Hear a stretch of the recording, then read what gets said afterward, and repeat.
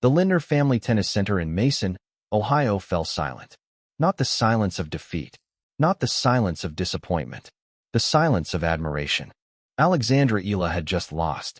The 21-year-old from Quezon City, the pride of the Philippines, the woman who had captured the hearts of millions, had fallen to world number 10 Amanda Anisimova in a gut-wrenching 3-set battle. The final scoreline read 4-6, 6-4, 6-2. Her 5-match winning streak against top 10 players had come to an end. But as she walked off the court at 1 a.m., something remarkable happened. The crowd didn't disperse in disappointment. They rose to their feet.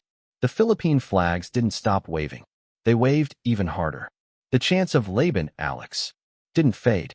They grew louder. Because in that moment, everyone understood something profound. Alex Eala didn't need a trophy to be a champion. She had already won something far more important. She had won the hearts of an entire nation. When he would have fights, everyone was so excited, and it was just a chance for people to come together, Eala had said earlier in the tournament, drawing a parallel to boxing legend Manny Pacquiao.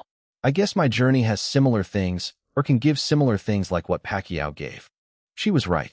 Because just like Pacquiao's fights that once emptied streets across the Philippines, Eala's matches had kept the nation sleepless. And her defeat in Cincinnati? It didn't change a thing. Welcome to the story of a young woman who didn't win the tournament, but won something far more valuable, the hearts of 110 million Filipinos. August 18, 2026. Mason, Ohio. The Lindner Family Tennis Center. The Cincinnati Open, the final WTA 1000 event before the U.S. Open. The stands were packed with Filipino flags, a sea of red, white, blue, and yellow that had become the signature of Eala's matches wherever she played. This was supposed to be the moment. Eala, the 17th seed, was on a roll. She had won her first WTA Tour singles title in Washington just 2 weeks earlier. She had extended her winning streak against top 10 players to 5 matches. She had packed stadiums from Washington to Toronto, turning tennis tournaments into celebrations of Philippine pride. And standing across the net was Amanda Anisimova, world number 10, 9th seed, 2-time Grand Slam finalist. The American had acknowledged the massive following that had accompanied Eala around the tour.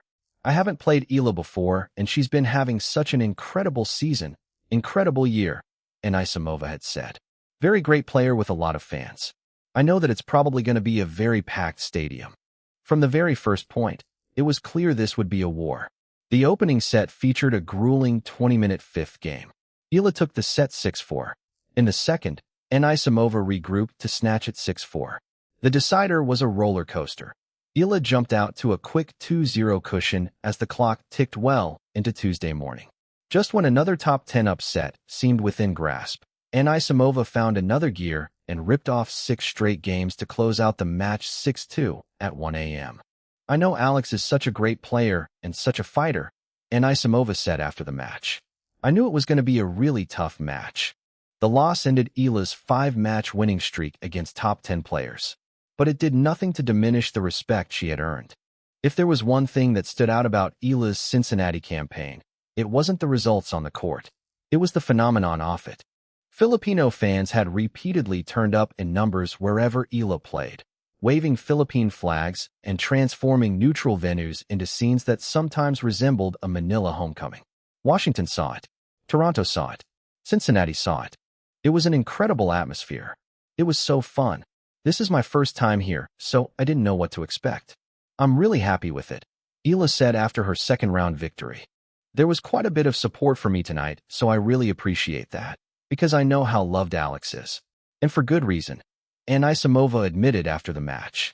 Even the American, playing on American soil, acknowledged that Eala's presence in the stands had been overwhelming. In her pre-tournament press conference, Eala had been asked what the essence of being Filipino meant to her. Her answer revealed everything about why she had captured the hearts of a nation. Filipino culture, and just every culture in general, is very layered. It's ever-evolving, she had said. When I think of Filipino culture, what comes to mind is community, family, hospitality, love, and kindness. She even drew a parallel between herself and boxing legend Manny Pacquiao. When he would have fights, everyone was so excited, and it was just a chance for people to come together. Eala's impact had become so distinctive that the phrase home court almost seemed irrelevant. Miami, Washington, Toronto, or Cincinnati. The location changed, but the soundtrack stayed the same. Let's go, Alex. Philippine flags rose. Filipino voices grew louder. And in defeat, that soundtrack only grew stronger. Amanda Anisimova had come to Cincinnati with a mission to win. But even in victory, she couldn't help but admire the woman across the net. Alex is such a great player and such a fighter, she said after the match. I knew it was really going to be a tough match. The American acknowledged Eala's incredible season and her growing fan base. She's been having such an incredible season, incredible year.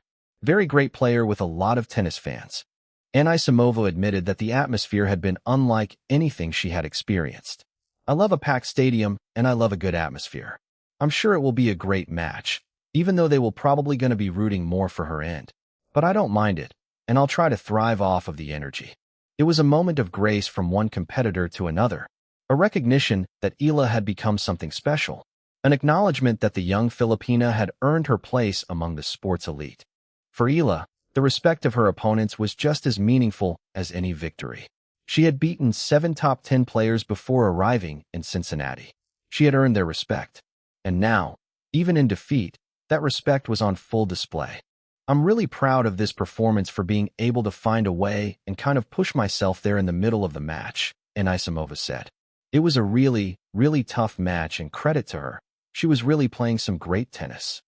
To understand why Eala's defeat in Cincinnati didn't diminish her place in the hearts of Filipinos, you have to understand what she represents to the Philippines.